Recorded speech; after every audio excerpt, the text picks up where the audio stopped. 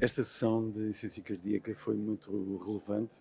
porque foi a primeira vez que foi apresentado oficialmente os resultados do estudo Portos.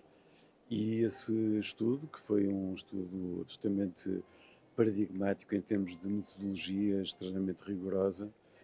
e também da colheita muitíssimo laboriosa de uma população significativa e representativa da população portuguesa, demonstrou que a ciência cardíaca é muito mais prevalente do que o que se supõe, mas sobretudo dentro das formas variadas de insuficiência cardíaca, a insuficiência cardíaca com fração de ejeção preservada. Isto levanta um conjunto de problemas porque o retrato robô, por assim dizer, do doente com insuficiência cardíaca e fração de ejeção preservada é uma senhora idosa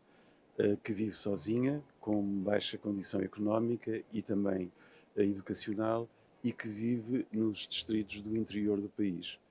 Ora, este tipo de doentes é particularmente desafiante, porquanto a sua condição é frágil, porque ela é idosa, e não apenas biologicamente, mas também frágil do ponto de vista económico e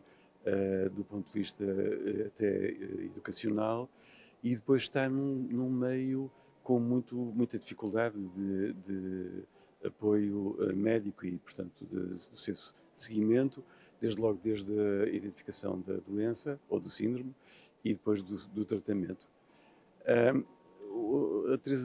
professora Teresa McDonough chamou a atenção para a relevância da terapêutica da insuficiência cardíaca e as novas updates, digamos assim, das guidelines, sendo que é importante um início da terapêutica precoce e também com os fármacos relevantes para esse tratamento. Acontece, portanto, que existe aqui um problema que é, nós temos o diagnóstico, temos a terapêutica, mas o problema é identificar os doentes e fazer-lhes chegar a terapêutica. Ora, a identificação desses doentes é particularmente desafiante, porquanto os doentes, a maior parte dos doentes que têm insuficiência cardíaca com fração de ejeção preservada estão no meio do ambiente da medicina geral e familiar e os colegas de medicina geral e familiar, pela natureza da sua própria especialidade, que tem que ver muitíssimas circunstâncias diferentes e patologias diferentes,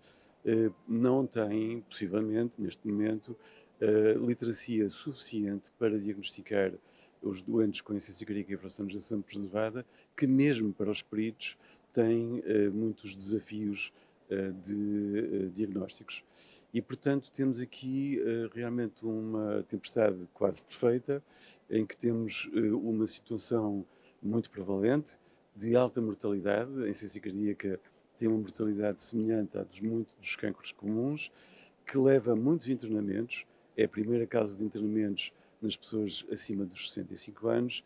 e que tem um impacto extremamente pejorativo na qualidade de vida dos doentes. O problema aqui é, de facto, identificá-los, a tarefa muito difícil, que exige, de facto, experiência e, neste momento, efetivamente, a especialidade que eu diria que é mais relevante na área da insuficiência cardíaca, que é, obviamente, a medicina geral e familiar, porque está metida no terreno do país e onde estão os doentes, essa especialidade precisa de ajuda e temos que arranjar formas de, desde logo, educar e, portanto, aumentar a literacia nesta área da medicina geral familiar e arranjar formas de coordenação entre a medicina geral familiar e os médicos hospitalares, seja a medicina interna, seja a cardiologia e outras especialidades, de uma forma ágil, no sentido em que os doentes possam ser identificados, ser, quando necessário, referidos ao hospital e depois remetidos novamente à medicina geral familiar. Portanto, temos aqui, de facto, um problema de magna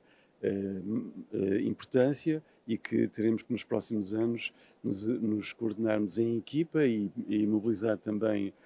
os decisores políticos para este problema, e é essa a tarefa que está pela frente.